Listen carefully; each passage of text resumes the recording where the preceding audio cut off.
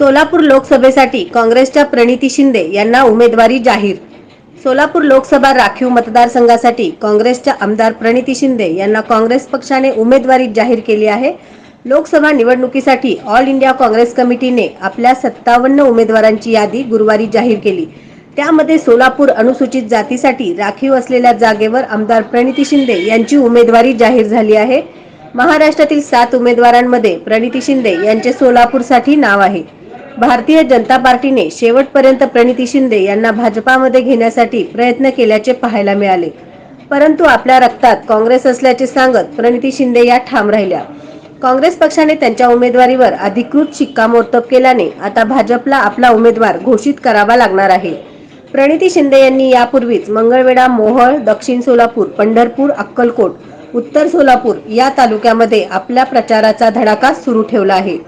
ज्येष्ठ नेते सुशीलकुमार शिंदे हे सुद्धा प्रणिती शिंदे यांच्यासाठी प्रचार करताना दिसत आहेत।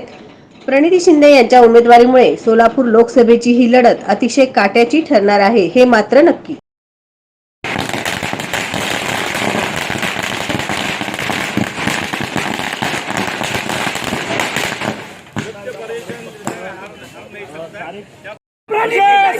तुम आगे बढ़ो, हम तुम्हारे साथ हैं। हम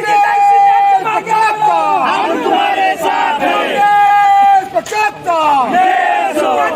तुम आगे बढ़ो, हम तुम्हारे साथ हैं।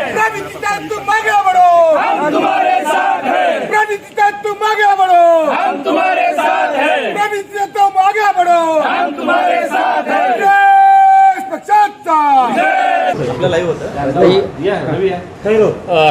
ताई, उमेदवारी अधिकृतरित्या जाहीर झालेली आहे, काय आहे पहिली बाब? नाही, पक्षश्रेष्ठांचे आभार की एवढी मोठी जबाबदारी दिली। 3 वेळा सोलापूर शहर मध्यची आमदार आणि आता हे तिकीट, तर खूप मोठी जबाबदारी आणि इलेक्शन आपल्याला लोकशाही पद्धतीने लढायचं आहे।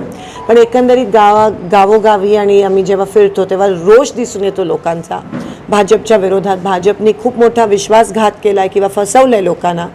आणि सोलापूरचे विषय असतील, पाण्याचा असेल, एअरपोर्टचा असेल, शेतकऱ्यांचे विषय असतील, आरक्षणाचे विषय असतील, भाजपने फक्त गाजर त्या ठिकाणी दाखवलं आहे।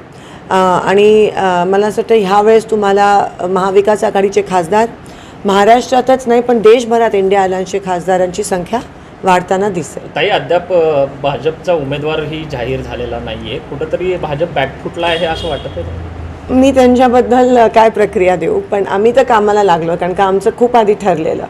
तर त्यांच्या इथे काय चाललं आहे मला माहीत नाही, पण आम्ही लोकांपर्यंत पोचतो आहे। आणि भाजप सरकार जे सारखं लोकांना खोटं सांगायचा प्रयत्न करते किंवा लोकांवर जाहिरातीच्या माध्यमातून, होर्डिंगच्या माध्यमातून जे लोकांच्या मनावर बिंबवायचा प्रयत्न करते, त्यांना एक्सपोज करण्याचं काम आज आम्ही करत आहोत।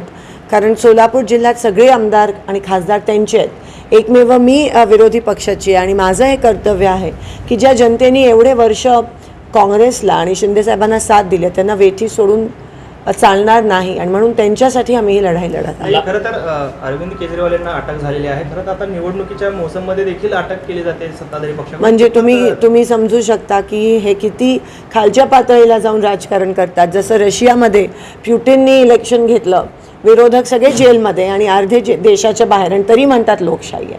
मग ह्याच्यावरून कळतं की किती दबाव तंत्र वापरत आहेत, किती घाबरलेले आहेत आणि किती बॅकफुटवर गेलेत। मागच्या वेळेस म्हणायचे की मोदी लाट आहे किंवा सुनामी आहे असं म्हणायचं, आता मला नाही वाटत राहिलंय। जर तुम्ही गावोगावी गेलात तर लोक आपल्या देशातली खूप हुशार आहेत, आणि आता मात्र त्यांना त्यांची जागा दाखव। 400 पारचा नारा देखील दिलेला आहे, याकडे कसं? ही नॅरेटिव्ह आहे, ही फक्त त्यांचा माइंड गेम आहे। पण 400 पार नाही, ते तडी पार, हद्द पार होणार आहे त्यांची। याचं मी तुम्हाला मी सांगितलं, सोलापुरात एअरपोर्टचा विषय, पाण्याच्या नियोजनाचा विषय, रस्त्याचा विषय, आरक्षणाचा विषय, दुष्काळग्रस्त भाग जो आहे त्यांना ताबडतोब निधी मिळणं, छावणी जनावरांना मिळणं आणि शेतकऱ्यांना पीक विमा मिळणं, हे आणि तरुण युवकांना रोजगार मिळणं, हे महत्त्वाचे मुद्दे असणार आहेत। नवनवीन बातम्या पाहण्यासाठी SB न्यूज चॅनलला लाईक करा, शेअर करा, सबस्क्राईब करा।